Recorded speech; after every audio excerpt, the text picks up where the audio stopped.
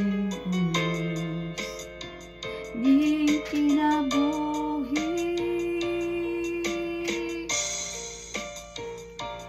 Pagkapait ay ning kapalaran, kanunay naghilag kining dughan.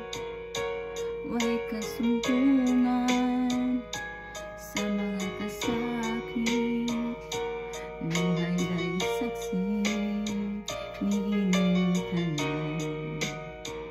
Hay nang mutlanan sa kasakit, nagibatik karon ining luhan.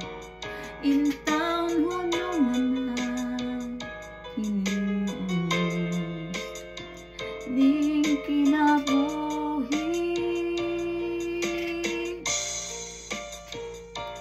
Pagkapait ay ning kapalaran, kanunay naghilag kining dughan. Way kasumbungan sa mga kasakit, linghalay saksi ni ining tanan. Way kasumbungan sa mga kasakit,